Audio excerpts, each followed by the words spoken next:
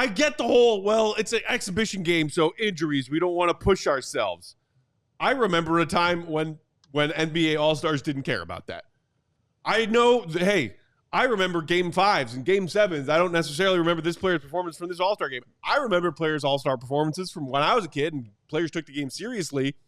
KD, if you're sick of the league messing with the rules of All-Star Weekend and wanted to just go back to East versus West, then maybe huddle up with your fellow All-Stars and talk to each other about playing the game like you give a shit.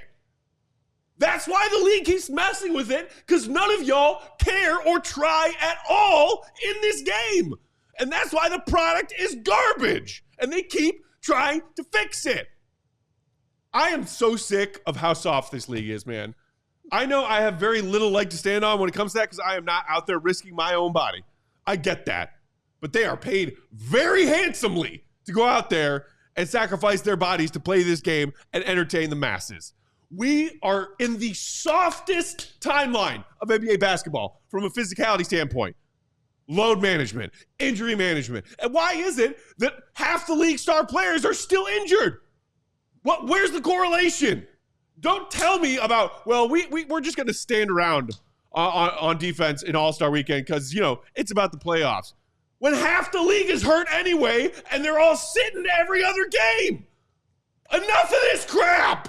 Go play the game like you want to win it. God damn.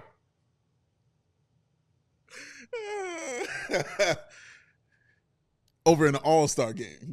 I remember when players cared about winning All-Star games. I remember when players cared. What happened to that? What happened to players caring? Oh, man. Well, I think, it's hard to incentivize caring for these guys, too, because, Jaylen Brown just signed a $600 million contract. Winning $500,000 for winning the All-Star game doesn't matter to him. That's like winning $5. Yeah. That doesn't do anything for these guys. So who cares about the incentivizing financially part? I am saying there was a point in time in my life when each team, East, West, said, we want to win this game. Mm-hmm. I honestly think that this effort that the league is making, and honestly, I don't hate this new format. I am at least willing to see if it works as their latest attempt to make the players give a shit about what happens. We don't want to lose to the rising stars players. Maybe we will actually play a little bit of defense and try and stop them from getting 40 points before we get our 40. That's what the league is doing. They're trying to come up with some way to make these all-star players making truckloads of money give a shit about this exhibition game. But that's the point. Used to just be, we want to win. It's an exhibition game, though. And if it, at the same point, I think we all buy into rings culture. Rings matter. Playoffs matter, right? We're evaluating this Bulls team, and the frame of reference, the standard is 6 championships. If that's the standard, then what is the incentive for Kevin Durant, who's, 36, 37 years old, to go out there and try and potentially get hurt when he's an injury-prone player when he's trying to get his third championship? A 35, 36-year-old Michael Jordan still managed to win All-Star Game MVP on his way to winning his 6th ring. Come on. What are we talking about here? I get it, but I just think this is the reality of the situation. We can complain about they should do this, but I think what they're trying to look at is how can we re-incentivize this? And like I said, $500,000 for winning the NBA Cup, $500,000 for winning the All-Star game, that doesn't matter to these guys. I hear you. I grant the financial incentivizing of, hey, here's $500,000, here's $250K for players at All-Star game are probably all max contract level players or close to it, other than the ones still on their rookie deals and already making All-Star selections. But for the most part, I'm saying it's not that the financial incentivizing isn't working because all these guys are making millions upon millions on max contracts anyway. I'm saying they used to care about winning the game regardless of a financial prize. But it's kind of like if you don't try, you can't fail. If they invest effort and energy into this and get hurt or lose a game, there's downside to that. But if you guys are just jogging around here, then there's no downside other than that the product stinks. But that doesn't matter to them because they're still getting incentivized by it. So I understand, but I think that it's hard to live in a world where we hold guys to a high standard in terms of playoff success and championships and rings, while also saying you also have to care about exhibition games that don't matter. And I think that it's hard to have it both ways with this when this is the reality of the league. Like, again, I'm not agreeing that this is like good for the league, that load management is a good thing, but you have guys like Joel Embiid, who I'm sure would love to be out there, but he's got, multiple knee surgeries and no more meniscus. And every time he plays, his knee swells up. Like, he's not going to go out there and do that. They tried doing the minimum games threshold for making all-star games. Like, I think these guys do want to be out there for when it matters, but this is just not what matters to them. And that, I think, is the problem. But every solution that they've attempted to implement in terms of finding ways to make it matter to them, that has failed. And what I'm saying is I'm just not sure what that is, or if there is anything that could make them care about this game, because it doesn't matter. Now, if you said this is going to be like a new thing that people care about, how many times not only that you were an all-star, but that you won an all-star game, that's going to, impact your legacy. And that's going to impact how people talk about you long-term. Maybe that's a thing, but like it adds to it. But we've just also said that the NBA Cup game is dumb because nobody's going to factor that in. So at the end of the day, like, the thing that matters is championships. And I'm not saying that's right or wrong, but I am saying that's how it is. And so anything else, it's like, I just find it hard to understand how these guys are going to care about that. Not saying that that's right or wrong, but like, I think we're kind of making parallel arguments, but that's just kind of how I view the reasoning behind the issue. I think Will just hit exactly the point, like exactly the problem that the NBA is having with this, is because when we talk about a player's legacy, we do mention how many times they were an all-star. We'll say like Michael Jordan, 20 bajillion time all-star, but we don't ever say Michael Jordan won, X amount of NBA all-star games. Like, that's just not something that we as fans factor into a player's legacy. So, I mean, the selection is one thing, and Julie hit on it. Like, it's an honor to be selected. But nobody talks about whether or not they won that actual game. They've already done it. And even if you don't play, you've been selected an all-star. Exactly. Like, it doesn't matter. And you're seeing so many players pull out now because they're like, oh, my measles are, I'm just going to sit down. You know what I mean? Like, they have to find a way to make that part of the legacy. And if they can't do that, then these players just aren't going to give a crap. That's it. You have anything else to add? I'm enjoying this. Keep going. I just like, okay, I get the whole like legacy point. That's fair. Nobody talks about like how many All-Star Game W's do you have compared to All-Star Game L's when you're talking about the greatest of the greats. However, like, what happened to the competitiveness of professional athletes who say, I want to make the All-Star team and prove that I'm one of the best players in this league? That's ego, that's pride, that's determination to be the best. It's what got them as far as being in the NBA to begin with. We were having conversations this offseason about how Patrick Williams had said yet again recently, I want to prove that I'm an all-star in this league.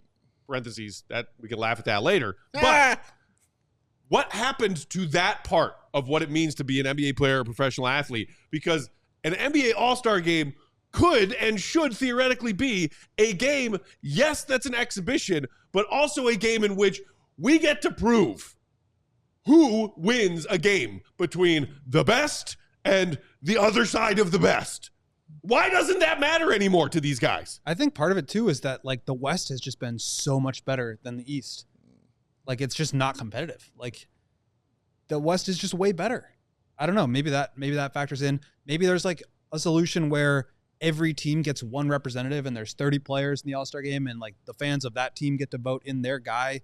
Maybe there would be some more pride on the line with representing your team. Well, and I think guys are bouncing around teams. They don't have any like real allegiance. Like, KD's a missionary. He's been on 6 different teams. Right. Like, there's no incentive for 37-year-old Kevin Durant to come out there and try to kick everybody's ass because it doesn't matter. It's like, instead of battling each other, Charles Barkley and David Robinson get to play together on the Western Conference All-Star team. Instead of battling, Larry and Michael, or Isaiah and Michael playing together on an Eastern Conference All-Star team. Dominique, Charles with the Sixers before going to Houston or Phoenix. Like, Magic,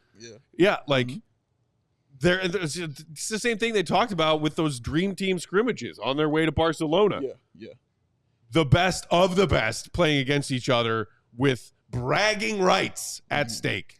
Apparently somewhere in the last couple of decades, bragging rights among professional athletes, especially those of the upper echelon of the league, has dwindled down to meaning nothing whatsoever. And as a fan who loves to see players compete like they give a shit, that bothers me. And you know what? I think, Will, you just brought up an interesting point that plays into this is there are no more teams. And so guys playing with guys, like you're saying, is happening now during the season, more so than we used to see it back in our day.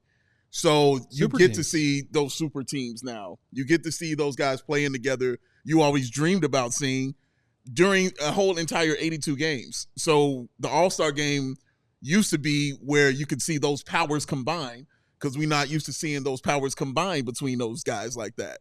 Now, the game has changed. Like everybody can play with everybody. Everybody has no problem hanging out with everybody, going on everybody's team and playing with them. So we know your styles. We know how y'all look together. We know how it's going to be. That has definitely impacted this and changed that as well. I think also monetarily, it's affected it as well. Guys making their paper, and shout out to you for that. Guys making their money, that has kind of changed it as well. I feel you on this, Matt. I do. I feel you. The competition and all that, I don't think there's any disagreement with that it's lesser. It's not lesser, it's zero. I just always looked at it like, I'm going to tune into this game every single year. Good, bad, indifferent, whatever. I'm going to watch the NBA All-Star game. I don't know what I want to walk away with, and I think you know what you want to walk away with is more competition.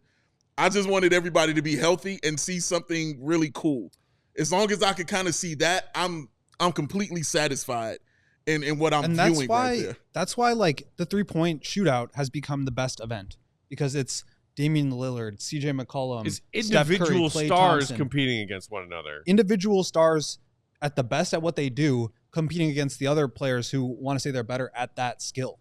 And like, I don't think anybody has Team Eastern Conference pride. It's like my shooting is better than your shooting. So that's why it's like every dunk that you can imagine has already taken place. There's not any like new dunks that we can come up with. How dare you? Like the dunk contest is kind of lame now. I mean, it just is. Like it's not exciting.